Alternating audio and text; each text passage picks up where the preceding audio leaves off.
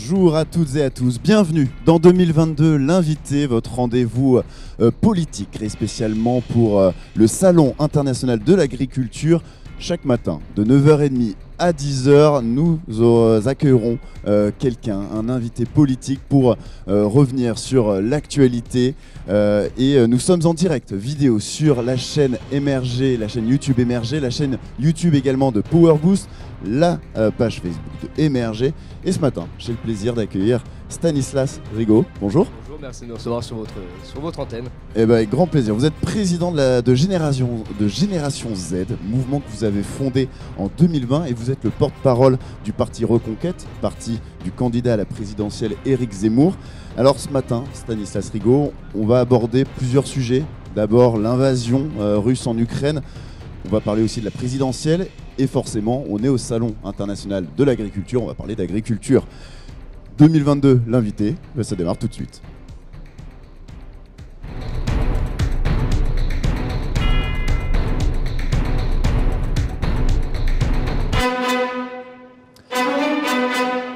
Alors, avant de laisser la parole à Camille Garcette qui va dresser votre portrait, moi j'ai une première question. Déjà, ce salon de l'agriculture, est-ce que pour vous, c'est un rendez-vous incontournable ? Bah écoutez, moi pour être très honnête avec vous, c'est la première fois que je m'y rends. C'est la première fois que j'ai l'occasion d'y aller, donc j'en entends parler depuis des années, en me disant c'est l'endroit où il faut être au mois de février, début mars, et donc j'ai la chance de pouvoir y aller. J'ai la chance aussi d'avoir des parents qui habitent aujourd'hui en Mayenne, donc dans un endroit très rural, etc., et très sympa, donc j'aime beaucoup cette ambiance et je suis très heureux d'y être aujourd'hui. Eh ben, vous allez voir pour une première, C'est très sympa, j'imagine. En plus, après l'édition de l'année dernière qui a été annulée, là, ils ont vraiment fait les choses en grand. Vous allez vous régaler. Camille Garcette, bonjour. Bonjour Alban. Vous allez bien ? Ça va et vous ? Bah oui, ça va très bien. Alors Camille, Stanislas Rigaud, Camille, en fait, il va dresser votre portrait, mais d'une manière particulière. Je vous en dis pas plus. Je vous laisse Camille vous présenter. Merci Alban.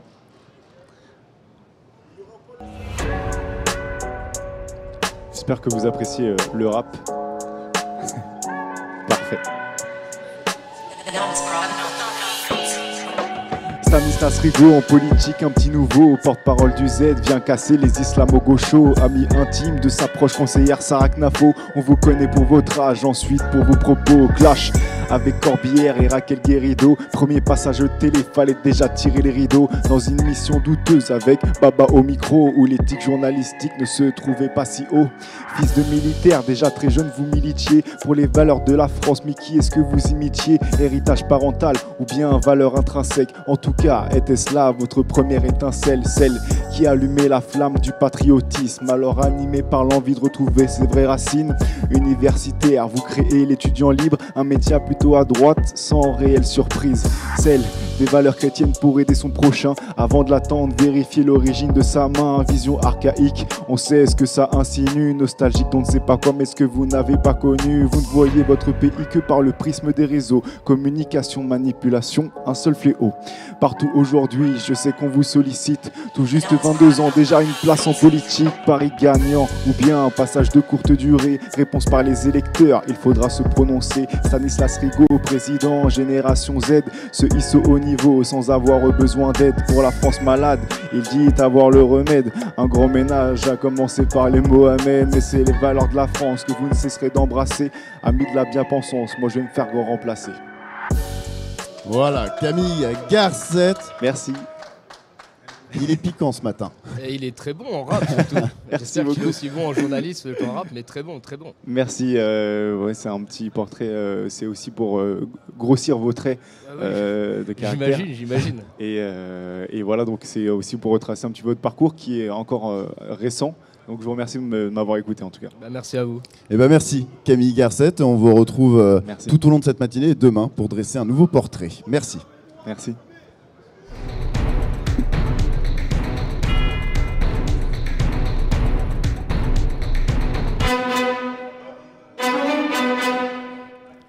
Allez, Stanislas Rigaud, après ce portrait donc en rap de Camille Garcette, je vous propose d'attaquer tout simplement cette première partie d'interview avec avec donc Axel Rebaud. Bonjour Axel. Bonjour Alban. Éric Zemmour, n'y croyez pas, Vladimir Poutine l'a fait. 4 jours après le début de l'invasion de l'Ukraine par la Russie, la France durcit les sanctions contre la Russie et donc son président Vladimir Poutine. L'Allemagne envoie, elle, 1500 lance-roquettes et 500 missiles solaires à l'Ukraine. Éric Zemmour, lui, condamne l'invasion mais appelle à rassurer les Russes. Pour en parler, donc, Axel Rebaud. Bonjour Stanislas Rigaud. Bonjour. Donc si on comprend la logique d'Éric Zemmour, donc les Russes sont coupables de l'invasion de l'Ukraine, mais l'OTAN est quand même responsable. 3 choses, je pense, pour commencer ce sujet. Premièrement, personne ne l'avait vu venir. En réalité, cette guerre éclair déclarée par la Russie. Hubert Védrine en parlait d'ailleurs très justement, ancien ministre des Affaires étrangères, avant-hier sur la chaîne LCI. Première chose. Deuxièmement, évidemment, avant de commencer ce sujet, énormément de compassion pour nos compatriotes aujourd'hui en Ukraine et pour les Ukrainiens victimes de cette violence et de cette guerre aux portes de l'Europe. Et troisième point, oui, je pense que si la géopolitique et en général les relations internationales, il ne faut pas les prendre avec un prisme purement idéologique. Il y a une seule chose qui compte, c'est la préservation de la paix en Europe et les intérêts de la France. Donc oui, Éric Zemmour, ce qu'il dit, c'est très simple. C'est que le 14 février, parce que vous dites qu'il n'a pas anticipé cette guerre, mais le 14 février dernier, il proposait quoi? Il proposait un pacte stoppant l'avancée de l'OTAN en Ukraine, avec en contrepartie le retrait des troupes russes. Je pense que ce qu'il faut faire... Selon vous, c'est bien donc l'avancement de l'OTAN qui a provoqué l'invasion de l'Ukraine. Donc l'OTAN est responsable, selon vous, Éric Zemmour. Et là, la seule personne qui est responsable de l'invasion de l'OTAN en tant que telle et de l'avancée militaire, c'est Poutine. En revanche, qu'il y ait des conflits antérieurs à tout ça, c'est une évidence. Mais d'ailleurs, c'est les règles des relations internationales, des mouvements des uns et des autres. Par contre, maintenant, nous, ce qu'on propose, c'est de faire taire les armes. Et quelle ambiance aujourd'hui au salon de l'agriculture, c'est de faire taire les armes aujourd'hui le plus rapidement possible et de préserver la paix en Europe. Et pour ce faire, il ne faut ni être inféodé aux États-Unis, ni être inféodé donc sortir de l'OTAN, c'est bien ça? Non, on sort du commandement intégré de l'OTAN. Il faut faire la distinction entre le traité et l'organisation. Le traité, c'est ce qui nous permet, si un État membre est attaqué, c'est de se défendre entre nous. L'organisation, c'est encore autre chose. C'est-à-dire que là, dans ce cas-là, on est obligé de coopérer avec les autres et de prendre des décisions communes. Alors, une question très simple. Aujourd'hui, Vladimir Poutine, puisque beaucoup de candidats à l'élection présidentielle sont encore très flous sur cette question, y compris Éric Zemmour, Vladimir Poutine est-il un dictateur, oui ou non? C'est compliqué. Moi, je ne vais pas m'inventer expert de la Russie aujourd'hui sur votre plateau. Factuellement, il est élu. Comment ça se passe exactement après là-bas? 1850 arrestations en une seule journée de manifestation anti-guerre en Russie, 4 jours maintenant, donc sans doute bien plus. C'est pour ça que je vous dis. Je ne sais pas si le terme dictateur... Il y a quand même des faits qui tentent de montrer. Je vous dis, je ne sais pas si le terme dictateur est le bon. Moi, c'est pas mon sujet. Savoir si c'est un dictateur ou non. Là, mon sujet aujourd'hui, c'est de savoir... Il est de voir que Vladimir Poutine, aujourd'hui, est en train d'attaquer l'Ukraine, qu'il faut apaiser les choses très rapidement. Savoir si c'est un dictateur ou pas, est-ce que c'est à moi aujourd'hui sur votre plateau de définir... Alors comment est-ce qu'on apaise du coup? Parce que vous dites on sort de l'OTAN, une fois qu'on sort de l'OTAN, ça va rien changer. Du commandement intégré de l'OTAN, ça ne change rien aux positions de Vladimir Poutine. Comment est-ce qu'on pacifie la région? Là, 2 choses. Le fait de sortir du commandement intégré de l'OTAN, ça permet à la France de retrouver sa place, sa place de puissance seule et indépendante. Je crois que le rôle aujourd'hui de la France, mais depuis des années, c'est d'avoir une place particulière dans les relations internationales. On n'est pas le plus grand pays en termes de taille, en termes de démographie. Par contre, on a une voix qui porte. On a encore une voix qui porte à l'international. Et notre but, c'est d'être, comme je vous le disais, ni inféodé aux États-Unis, ce qui est un peu le cas aujourd'hui, de fait, de notre place dans le commandement intégré de l'OTAN. Le fait qu'on ait de voix diplomatiques qui portent non inféodées aux États-Unis, ça ne change rien pour l'instant à la situation des Ukrainiens qui sont sous les bombes pour l'instant, Stanislas Rigaud. Ce que je vous dis, c'est très simple. Là, je vous dis pas que si demain là, on sort du commandement intégré de l'OTAN, les troupes russes vont sortir. Je vous dis juste que notre place du coup est de fait plus forte. Quand Éric Zemmour, quand Emmanuel Macron va voir Vladimir Poutine, en réalité, il ne porte pas la voix de la France, il porte la voix également de l'Union européenne, du commandement intégré de l'OTAN, etc., etc. Nous, ce qu'on veut, c'est avoir une position centrale pour pouvoir justement apporter des solutions et faire de la médiation entre la Russie, en l'occurrence, et l'Ukraine. De la médiation, mais donc dans les faits, vous n'avez pas donc de solution pour actuellement... Non mais attendez, s'il y avait une solution, en fait, on la prendrait, on la mettrait en place maintenant. Moi, je vous dis quelque chose, un truc très simple. Les sanctions, par exemple, depuis 2014, on voit que ça ne fonctionne pas. Parce que là, les sanctions qu'on va mettre en place, c'est bien, c'est peut-être un début. Justement, les sanctions, Stanislas Rigaud, ça permet peut-être de mettre en place un rapport de force. Mais le fait est que nous, ça va impacter aussi nos pouvoirs d'achat. Le fait est que la Russie, ça ne va pas les arrêter. Là, ce qu'il faut, justement, c'est de faire un traité durable, non pas sur le court terme, mais de voir sur le long terme et se dire que si on veut éviter des conflits à venir, il faut absolument stopper les choses. Vous parlez des sanctions, Stanislas Rigaud, justement, on a ce qu'on appelle l'arme nucléaire financière. Donc SWIFT, elle a été lancée par les pays occidentaux, donc d'exclure la Russie du réseau interbancaire SWIFT. L'Allemagne et la Russie, qui sont pourtant d'ailleurs dépendants à 60 et 30% du gaz russe, ont finalement accepté de l'exclure et de participer à cette mesure. Est-ce que finalement, contre les attentes de reconquête et d'Éric Zemmour, l'Europe ne s'est pas montrée finalement assez unie et à la hauteur de l'enjeu russe? Alors, seul l'avenir nous dira si on a été à la hauteur. Ça, de toute façon, vous savez... Unis, on peut le dire. Aujourd'hui, il y a des mesures qui sont prises par l'Europe. Laissez-moi finir. À chaque fois, vous verrez, j'essaye de répondre à votre question. Forte, on le verra par la suite. Unis, le fait est qu'aujourd'hui, oui, il y a une unanimité. Mais tout comme, par exemple, Emmanuel Macron, quand il va voir Vladimir Poutine, on trouve que c'est une bonne chose, même si on pense qu'il aurait dû le faire avant. Quand il essaye d'apaiser les choses, on pense que c'est une bonne chose. Vous savez, sur ce genre de sujet, je pense que justement, encore une fois, il ne faut pas tomber dans de l'idéologie pure, parce que c'est des sujets extrêmement... c'est la réelle politique. Il faut vraiment être terre à terre et être le maximum, pragmatique dans ce genre de situation. Donc, nous, tout ce qui permet d'apaiser les tensions entre l'Ukraine et la Russie, de mettre fin à la guerre, nous ferons tout pour que ça le fasse.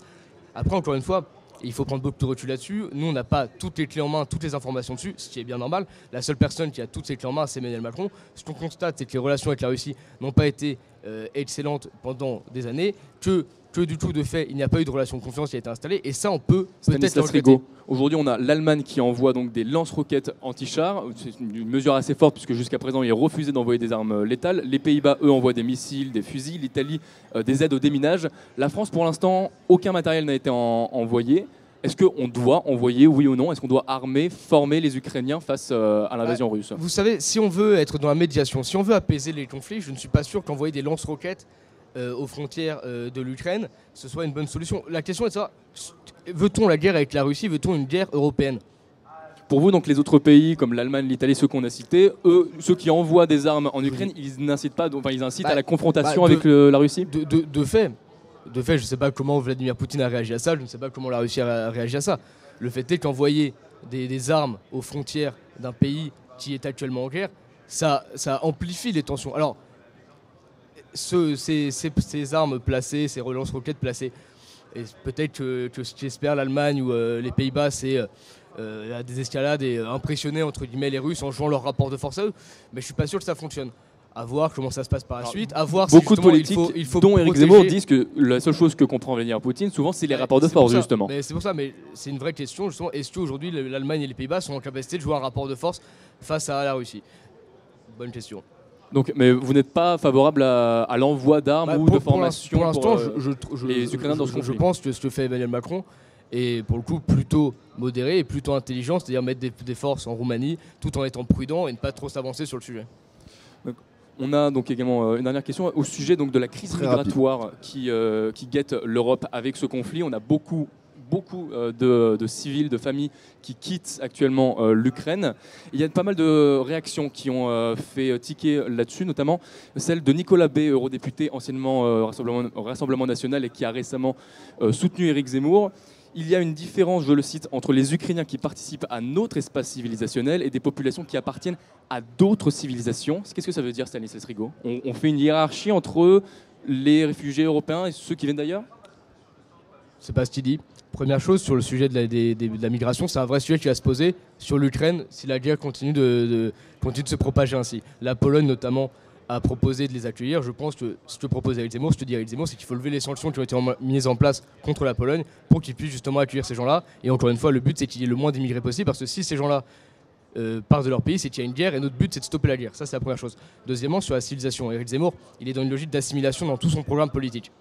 C'est quelque chose de très simple. Il est pour l'assimilation, et donc, de fait, il y a des cultures qui sont plus proches des nôtres que certaines. Évidemment qu'aujourd'hui, un Anglais a une culture plus proche d'un Français que d'un Chinois ou un Brésilien. Enfin, ça me semble assez évident.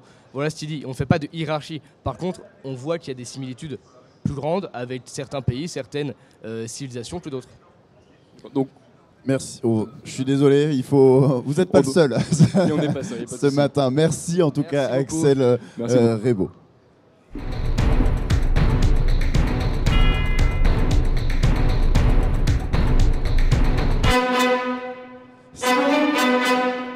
Stanislas Rigaud, on va aborder maintenant le sujet de la présidentielle, toujours sous forcément avec cet enjeu qui est l'invasion russe en Ukraine.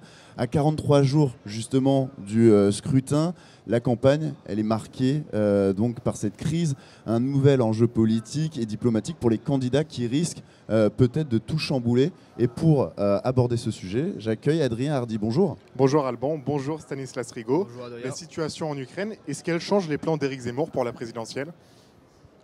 Non, ça ne change pas les plans d'Éric Zemmour, mais le fait est qu'il y a un nouveau sujet d'actualité brûlant, très important, qu'il faut prendre en considération et qui amène de nouveaux sujets sur la table, notamment sur les relations internationales. Donc non, ça ne change pas nos plans. Pour autant, il faut le prendre en compte et du coup adapter, par exemple, ce qu'il a fait à Chambéry ce week-end. À Chambéry, il voulait porter un discours sur un tout autre sujet, et il a fait un grand discours sur la paix pour parler justement de la situation en Ukraine. C'est devenu un point dans son programme, cette situation, la diplomatie à l'international, notamment avec Vladimir Poutine? Non, parce que Éric Zemmour, par exemple, sur le commandement intégré de l'OTAN, il en parlait avant. Sur les relations avec la Russie ou avec les États-Unis, il en parlait déjà avant. Donc, le fait est qu'aujourd'hui, on est confronté à une sorte de cas d'école, une sorte d'exemple de comment on réagirait à telle ou telle crise. Donc voilà, moi je crois que ça ne change pas foncièrement les plans, mais ça change les sujets d'actualité, parce qu'évidemment, on ne va pas faire comme s'il n'y avait pas un drame qui se passait à quelques milliers de kilomètres de chez nous. Éric Zemmour doit avoir 500 parrainages afin d'être réellement candidat à la présidentielle. Il a jusqu'au 4 mars pour les obtenir, plus que 6 jours donc. Ce sera suffisant, 6 jours? On l'espère, nous sommes à 415 parrainages aujourd'hui déposés au Conseil constitutionnel. Les équipes ont travaillé d'arrache-pied sur le sujet depuis maintenant plusieurs semaines. Guillaume Pelletier, Philippe de Villiers, Éric Zemmour en personne se sont mis à appeler les maires, à les rencontrer, à les voir. Nous, on pense que ça va le faire, on espère que ça va le faire, mais c'est un sujet très très très compliqué. Et comment vous comptez récupérer ces 85 signatures en 6 jours seulement? Très simple. Enfin très simple, non, justement, c'est tout le souci, c'est pas très simple.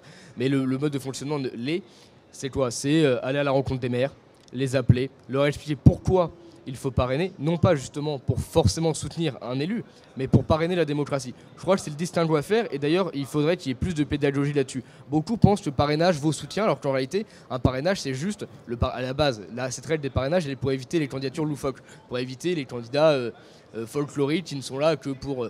J'aime pas cette expression-là, mais amuser la galerie. Vous parlez de quel candidat, par exemple? Là, aucun. À moi, aucun. Là, je vois pas de candidat loufoque. Enfin, dans ceux qui sont aujourd'hui au Conseil constitutionnel, j'en ai pas en tête, en tout cas. Moi, je pense que tous ceux-là, de mémoire, ça se trouve, il y a un petit candidat à 2-3 parrainages, mais c'est par exemple pour éviter, j'en sais rien, qu'un humoriste fasse ça juste pour le plaisir, ou pour rigoler, ou un chanteur pour, entre guillemets, emmerder le système. Là, aujourd'hui, un parrainage, ça vaut pas soutien, ça vaut un soutien à la démocratie. Éric Zemmour, il représente 16,5% potentiellement des électeurs. Ce serait un scandale démocratique qui ne puisse pas se présenter. Mais tout comme, je le dis très sincèrement, si Marine Le Pen ou Jean-Luc Mélenchon ne peuvent pas se présenter, ce serait un scandale. Ce serait un scandale. Mais imaginez Jean-Luc Mélenchon, 3e, 4e en 2020 et en 2017, pardon, qui est donné à 12%, qui en plus, à mon avis, va monter dans les sondages. Un type comme ça qui ne puisse pas se présenter, mais ce serait un drame total. Et qu'est-ce que vous comptez faire si vous n'avez pas ces 500 parrainages? Moi, je pense encore une fois qu'on les aura. Je pense qu'on les aura parce qu'on travaille d'arrache-pied là-dessus. Mais en tout cas, il y a une chose à faire, c'est enlever l'anonymat. Et pour la prochaine élection, il faut absolument le faire. Jean Castex a appelé dernièrement les élus à parrainer les candidats des extrêmes très présents dans les sondages, qui n'avaient pas encore atteint justement le seuil minimum pour se présenter, par souci de démocratie, comme vous l'avez dit. Stanislas Rigaud, est-ce que cet appel fonctionne? Vous voyez une évolution? Non. Alors, non, on n'en a pas vu une directement. Par contre, c'est vrai que dans le dialogue avec les maires, on a senti une sorte d'apaisement, de voir que le Premier ministre prenait ses responsabilités. Et d'ailleurs, pour le coup, on l'en remercie. On remercie Jean Castex de ce message passé aux maires, tout comme François Bayrou, avec sa banque des parrainages, a, je pense, fait quelque chose d'intelligent, de subtil et de bon pour la démocratie. Condamné pour provocation à la discrimination raciale en 2011, provocation à la haine religieuse en 2018, puis condamné en première instance mais finalement relaxé en appel en 2020 pour injure et provocation à la haine, Éric Zemmour divise. Pourquoi l'avoir soutenu malgré toutes ces affaires? En fait, le principe même de la démocratie, c'est de cliver et de diviser. Sinon, il n'y aurait pas d'élection si tout le monde faisait l'unanimité. Ça, c'est la première chose. Et évidemment qu'un candidat divise. Emmanuel Macron aussi divise. Emmanuel Macron, il a mis dans la rue les gilets jaunes, les avocats, les pompiers, les infirmiers. Zemmour alors que c'est des condamnations quand même importantes. Bien sûr, mais Jean-Luc Mélenchon aussi a été condamné pour outrage à l'agent en 2019. Personne ne pose la question aux gens de la France Insoumise. Ce que je veux vous dire, c'est que sur le fait de cliver, pour moi, c'est pas un sujet. Évidemment qu'en démocratie, on clive. Sinon, c'est pas une démocratie. La démocratie, c'est le débat. Et le débat, c'est de cliver. Après, on peut avoir des consensus sur certains sujets. Mais pour condamnation, par exemple, à la... Je vous coupe. Pour condamnation à la haine religieuse et à la discrimination raciale, ça vous dérange pas qu'il ait été condamné? Non, parce que pour moi, je distingue ça s'appelle un délit d'opinion. Quasiment toutes les grandes rédactions de France ont été condamnées un jour pour délit d'opinion. Moi, je vais vous dire le fond du problème. Par exemple, je prends un truc très concret, les mineurs isolés. Quand Éric Zemmour, sur un plateau, parle des mineurs isolés et qu'on lui intente un procès pour ça. Mais c'est un procès politique. C'est un procès politique. Quand, par exemple, les conseillers départementaux, les départements se mettent partie civile contre Éric Zemmour, c'est purement politique. C'était que des départements PS. Moi, la question que je pose à ces départements, c'est est-ce que quand un mineur isolé attente à la vie de quelqu'un dans leur département, est-ce qu'il se porte partie civile? Non. Là, Éric Zemmour, c'est quelqu'un qui n'est pas apprécié de ce système, on appelle ça comme on veut. Et Éric Zemmour, évidemment, c'est des procès politiques. Mais moi, je vais vous expliquer pourquoi je soutiens Éric Zemmour. Éric Zemmour, c'est un homme, je crois, déjà, premièrement, qui est courageux, que l'on aime ou qu'on n'aime pas Éric Zemmour, c'est un homme courageux, qui dit ce qu'il pense, qui est sincère. Je crois que c'est l'opposé sur le mode de fonctionnement d'Emmanuel Macron. Emmanuel Macron, c'est le président du en même temps, et Éric Zemmour, c'est le président de la clarté. Pour quelle raison Emmanuel Macron n'est pas sincère, d'après vous? Ah, j'ai dit que c'était l'homme du en même temps. Par exemple, très simple, exemple ultra concret. Emmanuel Macron, dans son gouvernement, il a Gérald Darmanin, qui dans ses propos, et d'ailleurs je crois que les personnes de gauche lui en veulent pour ça, il tient des propos très fermes. Marlène Schiappa, parce qu'on parle souvent d'immigration, Marlène Schiappa, elle a dit qu'il fallait expulser les violeurs étrangers, et qu'il fallait les expulser sans vergogne. De l'autre côté, on a Éric Dupond-Moretti qui explique que l'insécurité, c'est un sentiment. Vous voyez, pour moi, l'insécurité, c'est pas un sentiment. On ne peut pas avoir dans son gouvernement le yin et le yang, avoir quelqu'un qui explique d'un côté qu'il faut expulser les violeurs étrangers, et de l'autre, quelqu'un qui explique qu'il n'y a pas d'insécurité en France. Moi, je vais vous dire pourquoi je soutiens Éric Zemmour. Parce qu'aujourd'hui, en France, il y a une agression toutes les 44 secondes. Voilà, par exemple. Aujourd'hui, en France, on a un pays qui a été ensanglanté par des menaces, par les attentats terroristes. Aujourd'hui, en France, on a des prêtres et des professeurs qui se font égorger ou décapités. Non, mais attendez. On a des profs et des prêtres qui se font égorger dans les églises ou sur leur lieu de travail. Si ça n'inquiète pas les gens, moi, ça m'inquiète et moi, ça me terrifie. Donc c'est pour ça que je me suis engagé auprès d'Éric Zemmour, parce que je crois qu'aujourd'hui, la France est dans un combat civilisationnel à mener et qu'on est en train de le faire avec Éric Zemmour. Stanislas Rigaud, en soutenant Éric Zemmour, qui a quand même eu des condamnations assez... Rappelez-les encore, si vous voulez. C'est ça. Et vous n'avez pas peur que les Français vous collent l'étiquette de raciste? Non, parce que sincèrement, ces anathèmes pour disqualifier le débat politique, je ne les trouve pas intéressantes. Vous voyez, moi je préfère discuter avec vous ce matin et débattre pendant des heures sur tout un tas de sujets, parler de l'Ukraine, parler de l'agriculture, parler des parrainages, etc. Mais je pense que la pire des choses serait de s'arrêter à des vieilles étiquettes juste pour disqualifier l'adversaire. Tout comme si moi je répondais, j'en sais rien, à un journaliste un jour en lui expliquant tout simplement: oui, vous êtes un islamo-gauchiste, vous êtes un communiste, non, juste pour disqualifier le débat et le stopper. Ouais, moi, je n'ai pas dit que vous étiez raciste. Ah non, j'ai compris. J'ai compris. Et moi, je ne disais pas que vous étiez islamo-gauchiste. Ce que je veux vous dire, c'est très simple. C'est qu'il faut, je pense, élever le débat de cette présidentielle. Et tout le monde le remarque dans cette élection présidentielle, il n'y a pas de débat pour le moment. C'est de la faute, j'imagine, de beaucoup de personnes. C'est pas une seule personne qui en est responsable. Mais le fait qu'il n'y ait pas de débat, c'est quand même terrifiant. On est à un mois du premier tour et il n'y a aucun débat sur cette élection présidentielle. Il faut le ramener. Et il y a un sondage, moi, Elab, la semaine dernière, qui m'a terrifié. Il y a 43% des Français qui ne savent pas quand est le premier tour, par exemple. Il y a 43% des Français qui ne vont peut-être pas les voter parce qu'ils ne sont même pas au courant qu'il y a une élection présidentielle le 10 avril prochain. Merci Stanislas Rigaud. Et merci à vous, Adrien Hardy.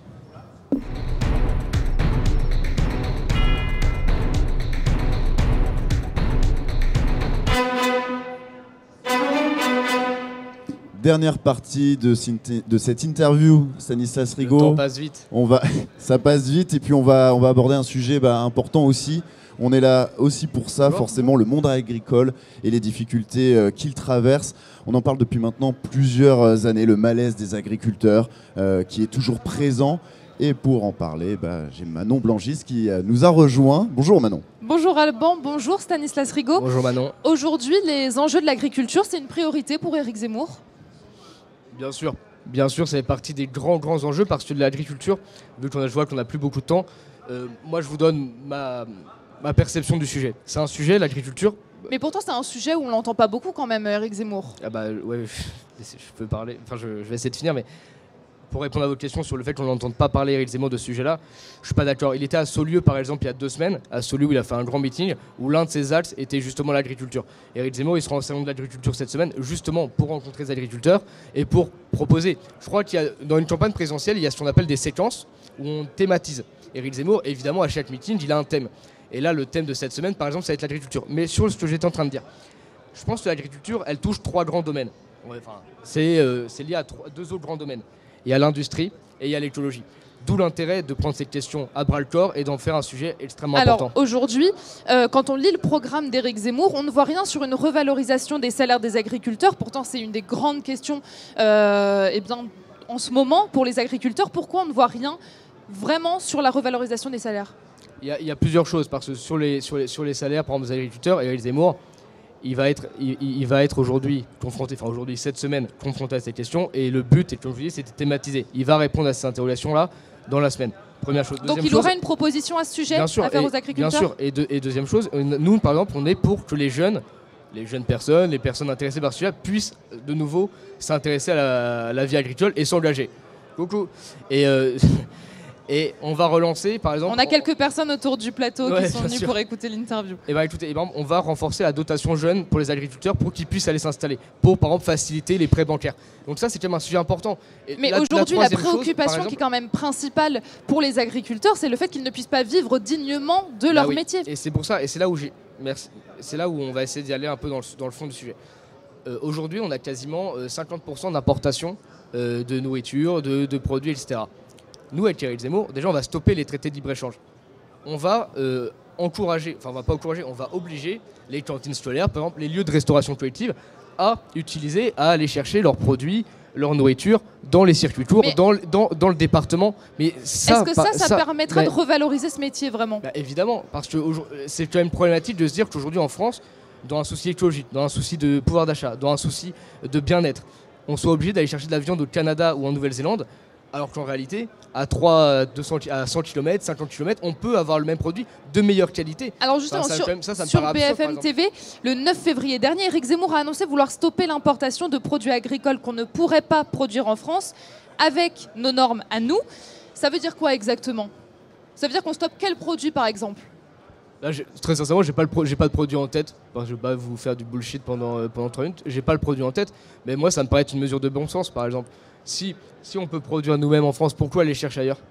Mais si on ne peut pas avec nos normes, justement, c'est qu'il faut changer les normes ? Non, parce que pour le coup, avec notamment les pays européens, il y a des normes communes, etc. Donc il faut le prendre en compte. Ou il faut imposer les normes aux autres pays ? Il faut justement qu'il y ait des accords par rapport à ça. Sinon, évidemment, nos agriculteurs sont lésés sur ce sujet-là. Donc il faut qu'il y ait des discussions à l'international sur ces sujets-là. Mais la première chose à faire, en tout cas pour moi, il y a 3 grandes priorités sur ça. Il y a les circuits courts qu'il faut absolument remettre en place. Il y a stopper les importations par les traités de libre-échange qui pourrissent les gens. Et il y a surtout refaire de l'agriculture et du métier d'agriculteur un métier attractif où les gens se disent c'est un beau métier et on va essayer de nouveau d'aimer cette terre. Et aujourd'hui, rien n'a été fait dans ce sens selon vous par le gouvernement ? Mais pas du tout. Ouais, c'est moi. Non, pas du tout. Moi, attendez, mais encore une fois, moi je suis pas en train de dire que tout est mal dans ce qui se passe. Enfin, pas du tout. Moi, mais pour vous, par exemple, la loi Egalim 2 qui a été promulguée le 18 octobre dernier... Moi, je vous dis juste, par exemple, qu'aujourd'hui, il y a des suicides quasiment tous les jours d'agriculteurs. Et encore une fois, mon but, il n'est pas d'imputer tout ça à Emmanuel Macron, à François Hollande, à Nicolas Sarkozy. Mon but n'est pas de tomber dans la caricature, de dire c'est de la faute d'un tel, c'est de la faute d'un tel. Le fait est qu'aujourd'hui, il y a des agriculteurs qui suicident tous les jours. S'il y a des agriculteurs qui suicident tous les jours, c'est qu'il y a un problème. Aujourd'hui, on voit par exemple qu'il y a des élevages intensifs où on a des poules sur une feuille A4 collées avec des milliers d'autres poules. Excusez-moi, ça me paraît dérangeant. Il faut changer le type d'élevage aujourd'hui en France. L'élevage intensif comme ça, évidemment, c'est un souci. Mais je crois que pour tout le monde, et d'ailleurs, vous voyez, c'est pas des gens de mon camp politique, mais tous les groupes d'happening, vous savez, souvent vegan, etc., sur ces sujets-là. Mais ils n'ont pas tort de montrer ça. Ils n'ont pas tort. Et évidemment qu'il faut faire attention à ça parce que le bien-être animal, il commence par là. Il commence par avoir des personnes en capacité d'élever correctement les poules, d'élever correctement les vaches, etc., etc. Donc je crois que c'est un sujet et qu'il faut le prendre en compte et qu'il ne faut pas le négliger. Et pareil, tout comme les questions internationales, je crois que la pire des choses, c'est tomber dans l'idéologie pure sur ce sujet. Alors pour garantir le pouvoir d'achat des agriculteurs, Éric Zemmour a notamment déclaré vouloir interdire réellement la vente de produits en dessous de leur coût de production. Pourtant, c'est déjà interdit. Oui, mais c'est pas forcément appliqué. Et par exemple, donc il faut plus de contrôle ou il faut une nouvelle loi ? Je pense qu'il faut plus de contrôle. Alors une nouvelle loi, je sais pas. En tout cas, il faut plus de contrôle. Il faut aussi, par exemple, remettre, comme je vous parlais des circuits courts, il faut, par exemple, je pense, encourager la vente de particuliers à éleveurs. Pour que justement l'agriculteur ne soit pas lésé. Parce que quand je prends l'exemple du lait, par exemple. Le lait, quand un éleveur, un éleveur laitier fait produit du lait, et il l'envoie dans une grande surface qui après le vend à son prix. Et en fait, l'agriculteur touche une infime partie de ce que touchent les centrales d'achat. Donc il faut, à mon avis, et à l'avis d'Éric Zemmour, remettre, par exemple, encourager les circuits tours, les circuits locaux. Mais est-ce que c'est possible dans toute la France, ça vraiment ? Sur quoi? Sur le produit du lait ou sur tous les produits? Par exemple, sur le produit du lait. On a une France très riche sur tout un tas de sujets. Je crois qu'on a des terres agricoles pures avec de l'élevage, on a des terres d'agriculture pure, on a des terres d'élevage, on a des terres plutôt adaptées. Ouais. C'est toujours moi, ouais. On a une terre en tout cas très très riche, et je pense que franchement, s'il y a bien un pays dans le monde qui a la chance d'être riche sur le sujet de l'agriculture, c'est la France. Il faut en profiter, et on n'a aucune raison d'aller chercher ailleurs, en tout cas ce que l'on peut produire chez nous. Merci Stanislas Rigaud. Merci à vous, Manon. Merci Manon Blangis. Ouais, vous avez aussi quelques fans autour de ce plateau, Stanislas. Fan, je sais pas, mais Rigaud. Merci Manon Blangis. Merci à vous.